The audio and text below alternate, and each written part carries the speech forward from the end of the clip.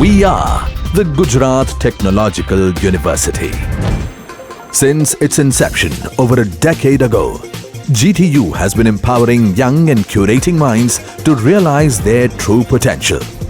Over 4 lakh inspired students are enrolled with one of the premier academic universities in India. With more than 450 affiliated colleges in its fold operating across 5 zones of the state, GTU, the International Innovative University, your place to move forward.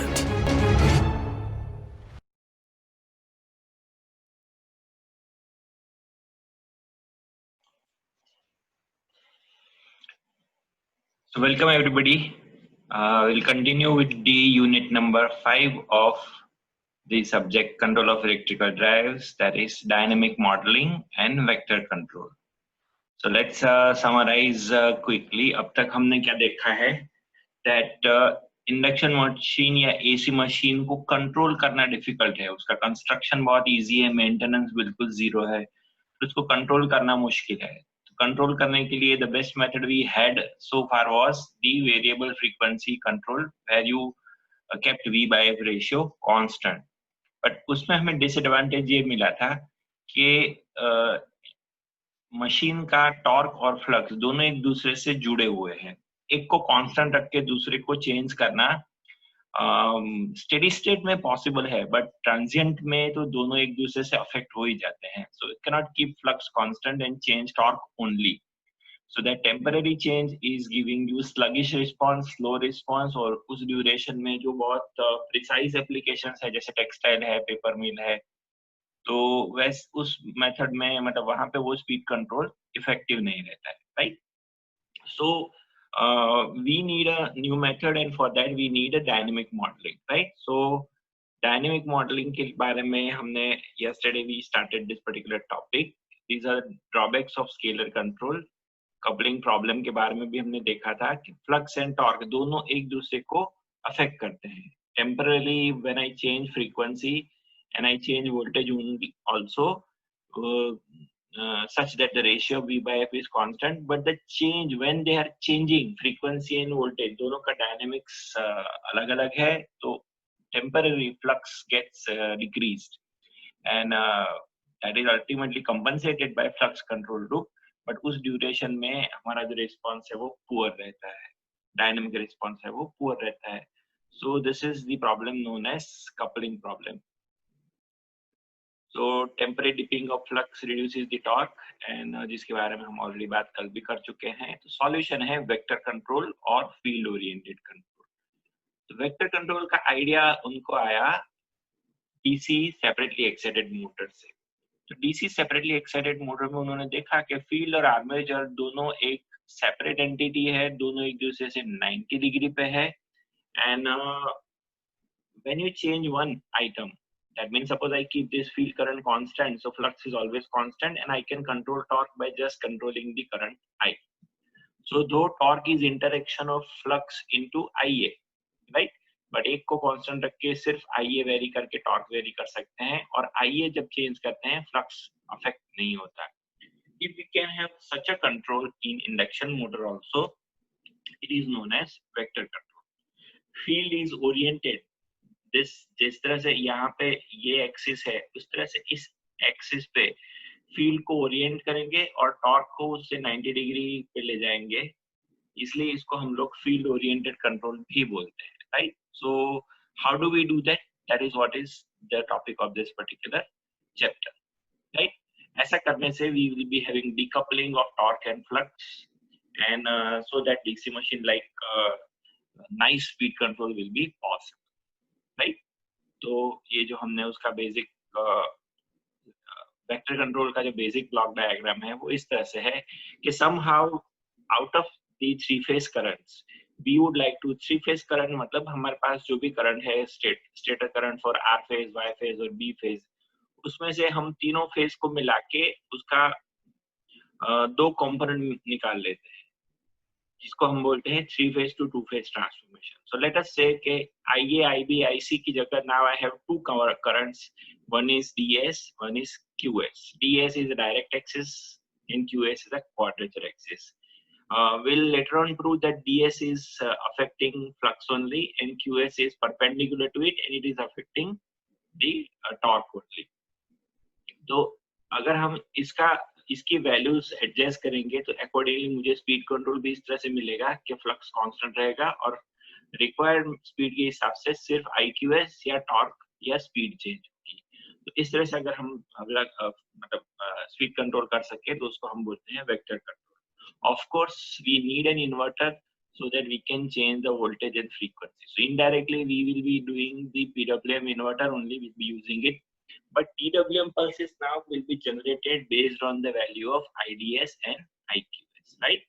And again, जैसे DC machine में होता था, torque is here the product of IQS component and IDS component. And ये दोनों कहाँ से आते हैं? 3 स्टेटर करंट से।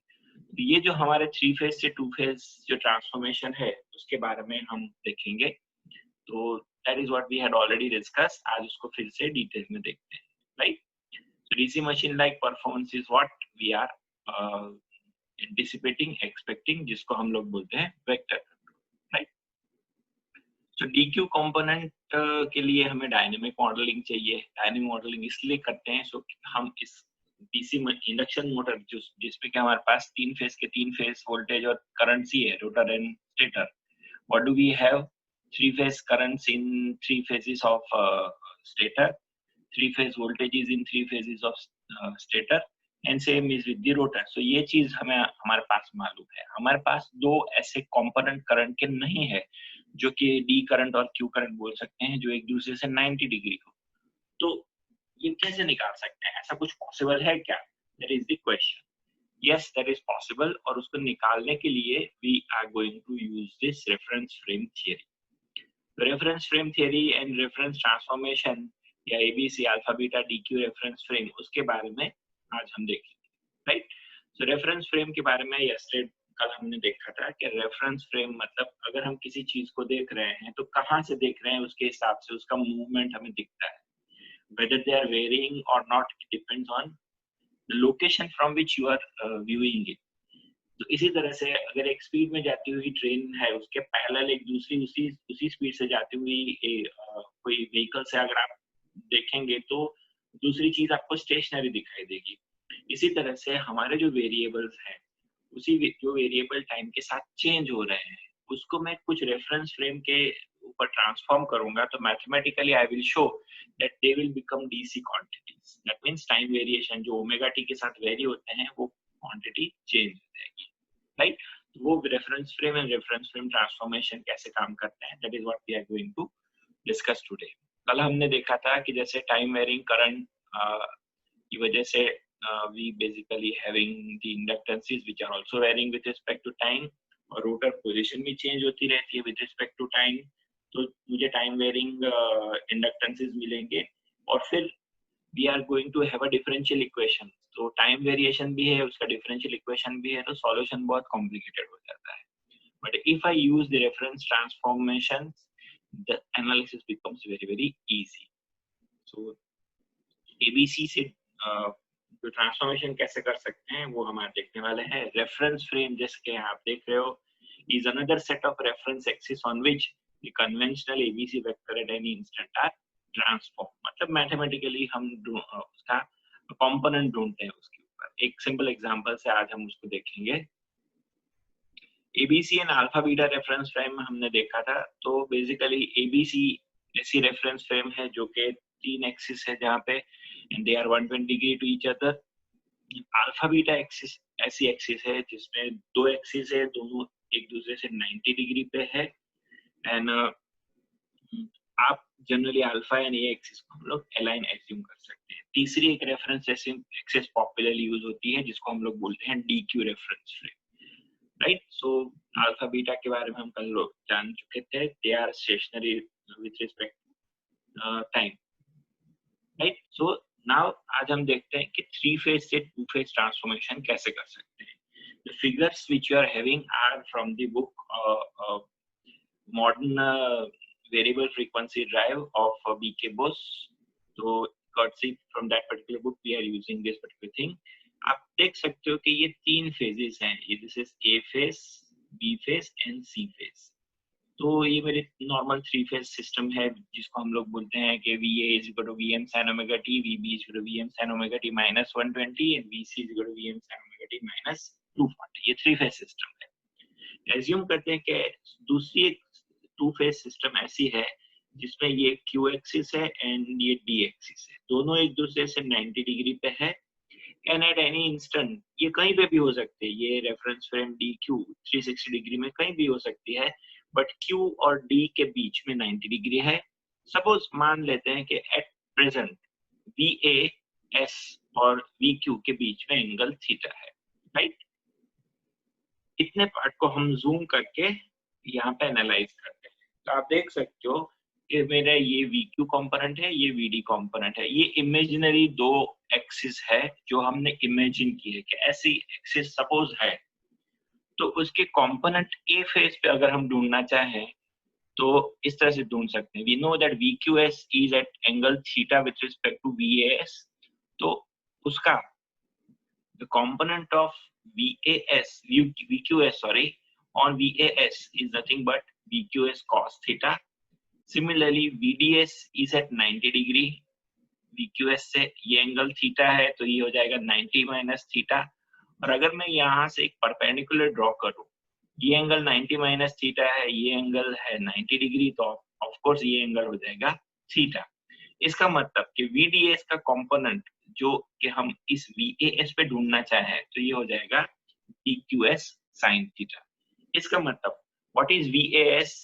अगर VAS को इस दोनों के सम से दिखाना है then it will become VAS is equal to VQS cos theta plus VDS sin theta plus V0S। V0S हमने एडिशनली ऐड किया है। It is representing zero sequence component. It is there only and only if there is unbalanced in the three phases, right. और आप S जो superscript दिख रहे हो वो स्टेशनरी की बात है कि ये जो फ्रेम है, reference frame VQS and VDS, ये स्टेशनरी है, ये टाइम के साथ ये फ्रेम घूम नहीं रही है। नीचे वाला Q है is for quadrature and S is for stator, S is for stationary, right? This is how। इसी तरह से इस VQS और VDSS इसके कंपोनेंट जैसे हमने A एक्सिस पे निकाला, इसी तरह से हम B एक्सिस या C एक्सिस पर भी निकाल सकते हैं। तो मुझे जो तीन इक्वेशन मिलेंगे वो कुछ इस तरह से मिलेंगे। So I know if I have value of VQS, VDS and V0S, I can mathematically find out VA, VB and VC। अगर ये पॉसिबल है तो इस मैट्रिक्स का इनवर्स करके I can always also find out the inverse relation.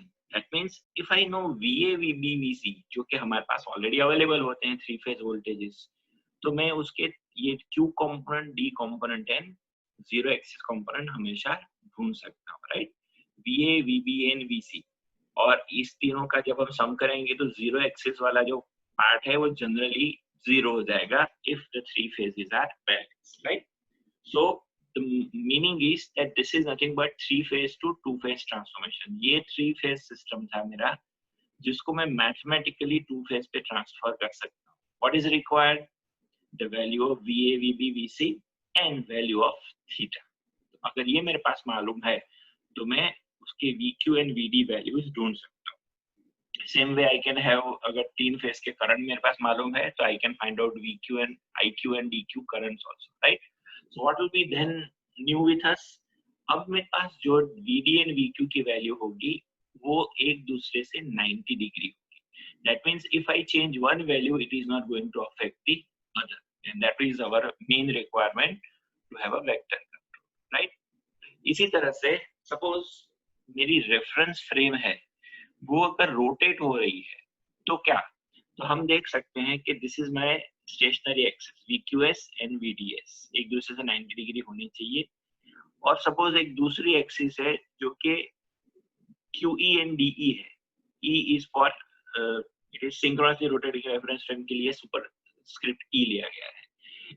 ये continuously घूमती रहती है, this is going to rotate, right. 90 degree पे है ये, तो ये दोनों कांस्टेंट एंगल 90 डिग्री एक दूसरे से रखते हैं और ये एंटी क्लॉकवाइज रोटेट होते रहते हैं।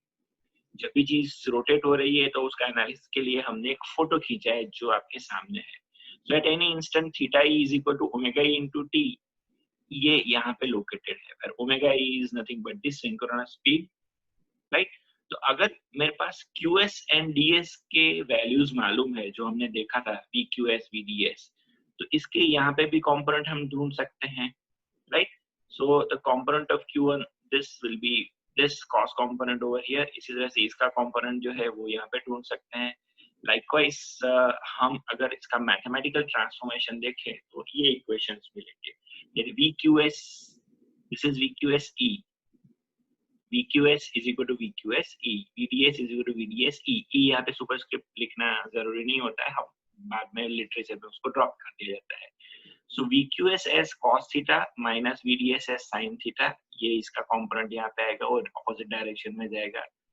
Likewise, I can have the transformations. इसका मतलब जो stationary reference frame है, उससे मैंने दोनों को इस rotating reference frame पे transform कर दिया.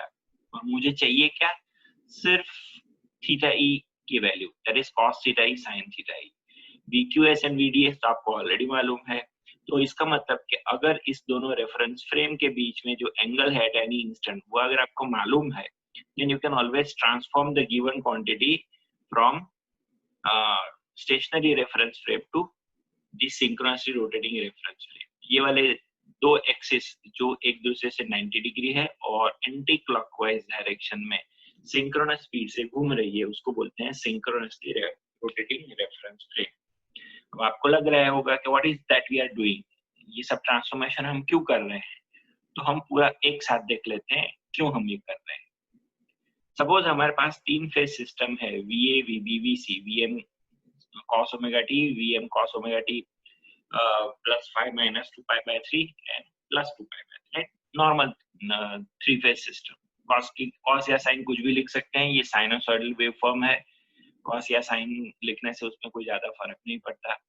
तो अगर हम ये हमारे पास थ्री फेज सिस्टम ऐसे हैं, तो उसका मैं थ्री फेज से टू फेज ट्रांसफॉर्मेशन करूंगा स्टेशनरी रेफरेंस फ्रेम में, तो मुझे जो VQS और VDS मिलेंगे वो ये दो मिलेंगे. और फिर मैं स्टेशनरी रेफरेंस फ्रेम से सिंक्रोनसली रोटेटिंग रेफरेंस फ्रेम में उसका ट्रांसफॉर्मेशन करूंगा. मतलब जो पहले इक्वेशन अभी देखे पिछली स्लाइड में, उसको मैं सब्स्टिट्यूट करूंगा value, then I will get VQS is equal to VM cos phi and VDS is equal to minus VM cos phi, where phi is a constant. आप जानते हो जो फेज एंगल है, राइट? तो इसका मतलब कि आप देख सकते हो कि ये वाला जो इक्वेशन है VQSE and VDSE, इस दोनों में time varying term omega T अब एब्सेंट है, दोनों में ओमेगा निकल गई है. तो अब ये ट्रांसफॉर्मेशन के बाद three phase ABC to stationary reference frame and stationary to synchronously rotating reference frame, ऐसा ट्रांसफॉर्म करने से हमारी टाइम वेरिंग AC क्वांटिटीज अब DC क्वांटिटी बन गई है. अब इसको कंट्रोल करना, ऐड सब्ट्रैक्ट करना बहुत ही आसान है क्योंकि ये DC क्वांटिटी बन गई. And the beauty of it that this D and Q are perpendicular to each other. तो एक को चेंज करने से दूसरे को अफेक्ट नहीं होगा. और रिवर्स ट्रांसफॉर्मेशन करके यहाँ से यहाँ और यहाँ से यहाँ फिर से ABC क्वांटिटीज हम फिर से ढूंढ सकते हैं, right? So above equations show that sinusoidal variables in a stationary frame appear as a DC quantities in synchronously rotating reference frame. तो इसी ऑब्जेक्टिव से हम लोग ट्रांसफॉर्मेशंस करते हैं. ट्रांसफॉर्मेशन सिंपल ट्रिग्नोमेट्रिक इक्वेशंस है जिसमें आप ABC वैल्यू से आप DSQS values and then DEQE values आराम से ढूंढ सकते हो. Same equations are valid for voltage and current both, right? तो अब हम देख सकते हैं कि कितनी कितनी रेफरेंस फ्रेम है.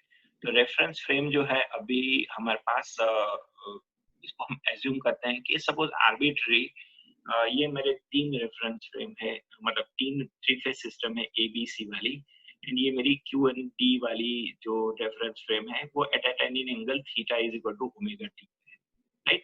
अब जहाँ पे इसमें ओमेगा इज इक्वल टू अगर मैं 0 ले लूंगा तो ये हो जाएगी stationary reference frame. If this is become omega R ले लूंगा तो ये reference frame with the rotor reference frame हो जाएगी. और इसको अगर मैं ओमेगा की जगह सिंक्रोनस स्पीड ले लूंगा तो this will be reference frame rotating at a synchronous.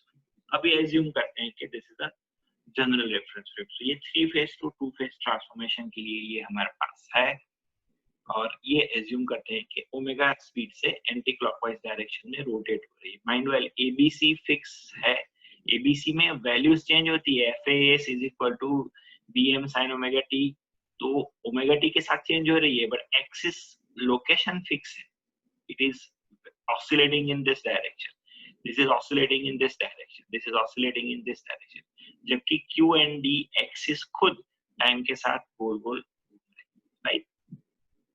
तो देख सकते हो कि जैसे हमने दिखाया था कि ABC से DQ0 ट्रांसफॉर्मेशन, सेम इक्वेशन जो हमने पहले भी कर लिया था, और इससे आप देख सकते हो कि अब हम तीनों रेफरेंस फ्रेम एक कॉमन इक्वेशन से दिखा सकते हैं।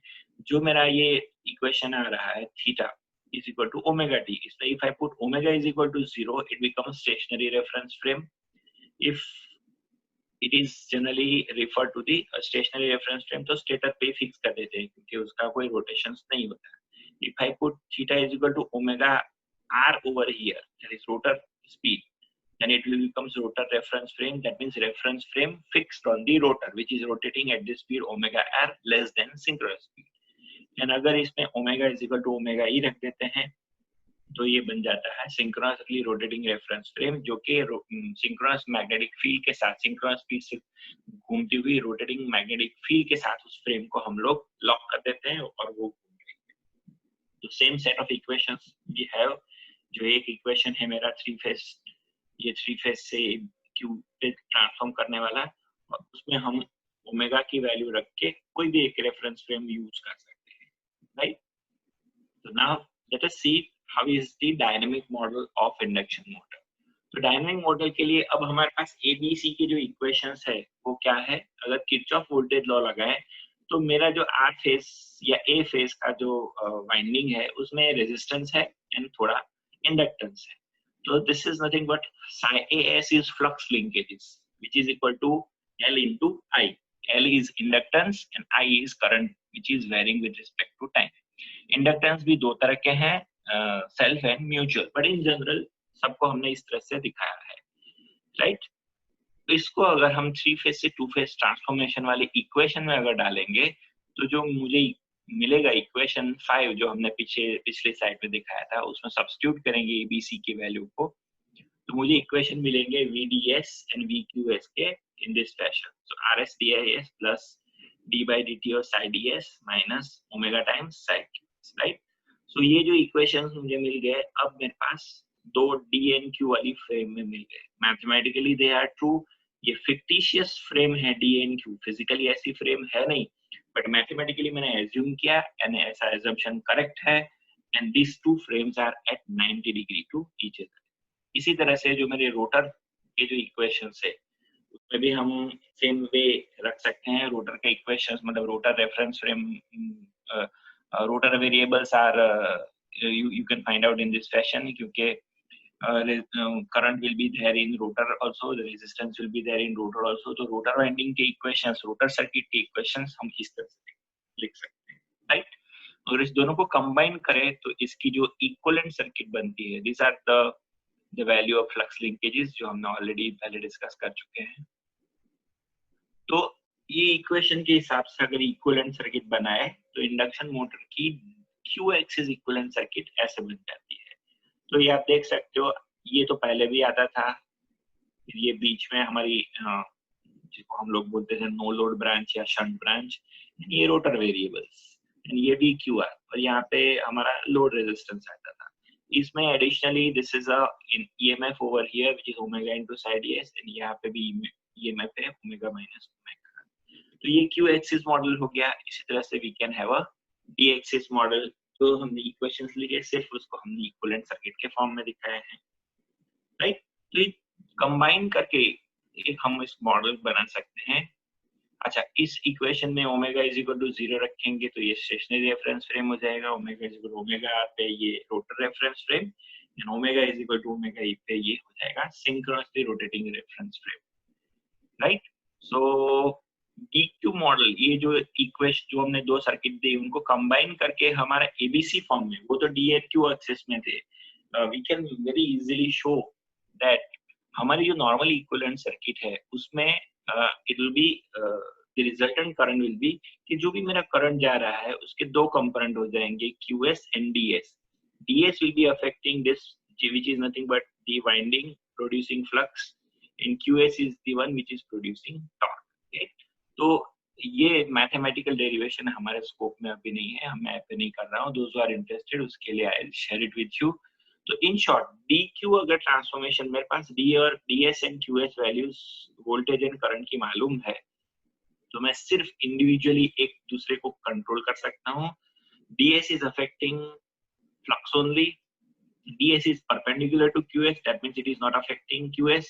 QS is affecting the, यहाँ से देख रहे हो ये यहाँ से जा रहा है तो it is producing torque, so it is producing torque only. It is at 90 degree to DS, so it is not going to change or affect the flux. So this is how you can have a decoupled control of induction motor. So this decoupled control is known as the vector control. So आज हम इतना ही discuss करेंगे, कल हम देखेंगे actual vector control कैसे होता है, राइट. सो आज का जो हमारा डिस्कशन है, द डिस्कशन समरी और conclusion was that if you want to have a vector control, you would like to control the induction motor just like separately excited DC motor.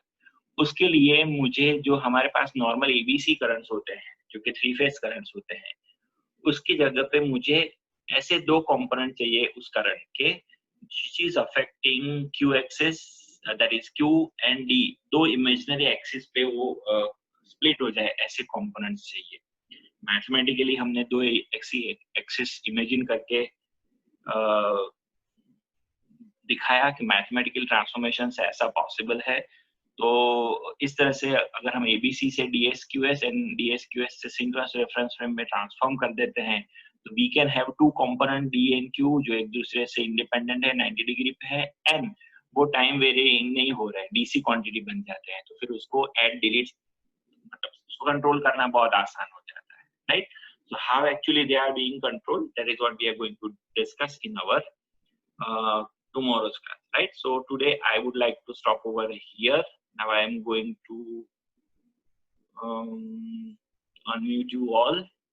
You already, right. So if you have any questions or queries, you can ask. Do you have any questions so far?